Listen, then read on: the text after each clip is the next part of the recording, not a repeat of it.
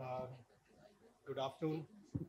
And I think my topic was supposed to be vessel analysis and device sizing, IVUS, and on thrombus dissection and calcium. So I think when you look at this talk now, I think we've already covered almost everything. Thanks to Arun and our and all our audience, etc. So I think what we'll do is just go over the slides again, and we'll skip a few of these slides because they're going to be a repetition of what Dr. Arun has just shown. But again, repetition is always good, and it's always nice to recapitulate. Well, I think this is what he has shown earlier. For us, we used to learn the mnemonic AMI, which stands for adventitia, media, and intima. And this is a normal artery. And when you see something that's between the intima and the media, you know that there's a plaque there. This is something that we are going to be looking at. We've already talked about this. This is a concentric where the plaque is distributed all around the vessel lumen. And this is an eccentric where it's only on one side of the lumen. And I think these are a few images that has been already discussed. This is a fibrous plaque where the intensity is as much as the adventitia. There's calcification that someone just asked now. You see a high tense calcium, and you see some speckling behind. These are known as reverberations. And this tells us that the calcium is superficial and may not be as thick. Probably this is superficial calcium that can be modified with a balloon itself. These are soft plaques there. Again, attenuated plaques that we have all discussed already, some equiliscent plaques, and these are mixed plaques, but none of this plaque fits into any of the fibrous or calcific. So none of these, this plaque cannot be classified into one, and therefore it's a mixed plaque. This is a plaque rupture, and you can see that there are almost two lumen. So this plaque has ruptured and it's gone into the main lumen. And this is a thrombus that you can see a hyperechoic shadow there that you can see in one of the one sector. And that's a thrombus that is there inside the lumen. This we've already had a discussion. I think I'll skip this. Coming to calcified plaques, and I think we need to differentiate between what are superficial plaques or superficial calcium, and this is deep calcium. So superficial calcium is closer to the lumen. Deep calcium is that which is closer to the adventitia. And why this is important is that we have to make certain differences in how we treat our patients when we have this ton of calcium. And again, this again has been alluded to, spotty calcium versus calcium nodules. And I think we've had a big discussion about this anyway. This again is important because again, we talked about this also, the fact that calcified nodules, we now look at it as eruptive and non-eruptive. Eruptive is something that's easy to treat on your IVUS, and you'll feel very nice when you get a good lumen, but we know that long-term results are not good. Vice versa, non-eruptive calcium nodules are sometimes very difficult to treat. It does not look very nice after you've done the procedure. But these are more quiescent. They do not produce as much problems in the long term as the eruptive calcium. This is a patient with a thrombus, and this is a recanalized thrombus. And you can see in the long axis, you can see the thrombus that is sticking there. And this is again something that Arun has already shown. Well, when you're doing your CTOs, it's important to realize when you're in the true lumen or in the false lumen. A true lumen will have all the three layers. So it will have the intima, the media, and the adventitia. But a false lumen will have only the adventitia. And this is where it's important to make sure that you don't stent into the false lumen and you recognize what a true lumen and what a false lumen is. And this is the histopathology, the same thing, and this is how it would look. Dissections are again something that have been discussed already. You could have different grades of dissection. It's basically a breach in the luminal continuity. So it could be just intimal, or it could be extending into the media, or it could go even till the adventitia. And again, these are things which are important for us to identify. Coming to sizing, and I think this is something that's very important for all of us to understand and treat, because I think as was alluded earlier also, sizing is very important for us to understand. And I think when we look at the actual size of the artery, we know that OCT probably matches it, is much more closer to the actual size of the vessel, because you can see the intima and you can much better with an OCT. IVUS tends to overestimate, but not to a dramatic extent. But yes, we look at the IVUS and it overestimates to a certain extent. And when you look at a QCA, when you just do an eyeballing, we tend to understand that we often undersize the vessel. So if you're doing your stenting based only on your eyeballing, then you're going to end up stenting, putting in small stents into your artery. And that is what is very, very important for us to realize, that imaging is an important tool for us to make sure that you get good acute as well as long-term results. And as was taught by my previous speaker, underdeployed stents are catastrophic. They would present with acute events as well as a bad long-term outcome. So having a good luminal diameter at the end of the procedure is important. And what do you exactly mean by having a good stent apposition? So there's something known as the distal reference vessel and a proximal reference vessel. So we all understand and agree that the vessels are all tapered. Most of the vessels, except the right coronary artery, which is a more of a conduit vessel, the left anterior descending of the circumflex arteries, gives off branches, and as it gives off branches, it becomes smaller and smaller in size, and therefore the proximal vessel is going to be bigger as compared to the distal vessel. And once you're going to size a stent, you have to size your stent based on the distal reference vessel diameter. So you have to size your stent based on the different reference diameter, and you could do one of the two. You could look at the lumen if you're not seeing the external elastic membrane, or you could, if you have a good external elastic membrane, you can measure it from the external elastic membrane. So if you're using the external elastic membrane to measure your distal reference vessel, then your stent size should be 0.25 to 0.5 millimeters lesser than your external elastic membrane diameter. Or if you're using a luminal gram, if you're using the luminal diameter, then you upgrade by 0.25 to 0.5 when it comes to your distal reference vessel. And then you proximal, when you come proximal, you then have to post dilate with a bigger balloon so as to achieve a less than or a more than 90% luminal gain. So at the end of your procedure, your intention should be to achieve a 90% luminal gain as compared to your reference vessel diameter.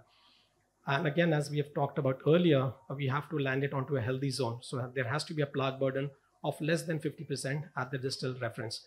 So this is an example of a patient who has a 2.75 millimeter distal vessel and a 3.5 millimeter proximal vessel. Here, if you look at the luminal gam, so if you look at external elastic membrane, EEM to EEM, you can see here that this is a 2.75 millimeter vessel. So here we would probably take a 2.5 stent, or if you have to be less aggressive, you can even take a 2.25. Or if you have to be very aggressive, people have also done at 2.75, but a conservative approach is to downsize by at least a 2.25 to 0.5, and then make sure that you're not landing onto a healthy segment that has less than 50% plaque burden. And then you go proximally, and then you size it according to the proximal vessel. So you have to be aware of the sizes of the stents, and you have to know the stent expansion characteristics also. So here you have to understand that your 2.5 millimeter vessel stent has to be able to expand to a 3.5, and one has to choose a stent characteristic accordingly. These are the IVUS pullback images that you do once you do your stenting, and you look at the plaque burden. As I said, you'd want to end in a plaque which is less than 50%. You want to get an adequate stent expansion, and we know that you have to get a minimal stent area or an MSA of more than 5 minimal or even 5.5. So anything more than 5 is acceptable. Well, studies have shown that even a 5.4 is something that is desirable. And what you would want to get, of course, is more than a 90% distal reference vessel luminal area. And you want to achieve, as I said, we don't want any edge dissections at the edges. So this is the IVUS guided protocol that has been described, and we have the OCD guided protocol also, which talks about the same thing. When you look at the EEL to EEL, we look for if you can see the entire circle of the distal reference vessel, you measure up the EEL to EEL diameter, and then you downsize by a 0.5 or a 0.25, or you go to an EEL to EEL diameter itself. If you can't see the entire segment of the EEL, then you may take the lumen and then upsize by a 0.25 or a 0.5 and get to the area that we desire. But again, as I said, it's important to go with the smallest size and then upgrade based on with a post-dilatation balloon to make sure that you don't end up with a distal edge dissection. And the target aim is always to get an MSA of at least more than 5, if not a 5.4. Edge dissection has already been discussed. We do not normally worry about an edge dissection if it's a small limited edge dissection. So if you have a less than 2 millimeter edge dissection, if it's less than a 60 degrees arc, or if it has an MSA of more than 4, you could probably consider leaving it if at all there is no major plaque burden of more than 50% at the edge. But if you have a plaque burden that is more than 50% and you end up with a plaque edge dissection, then it's always better to close this or seal it off with another stent, because this patient is at a high risk of having an acute stent thrombosis also. So we know from our studies that, IVUS-guided VIS and angiographic-guided PCI has a difference in terms of mortality. So it has survival benefits also, as well as reduction in the myocardial infarction rates. But again, using imaging itself has not to be the method that we sometimes tend to do. It's not just putting a catheter in and coming out and say that we have done an IVUS. The IVUS is meant as a tool to help you to plan your procedure.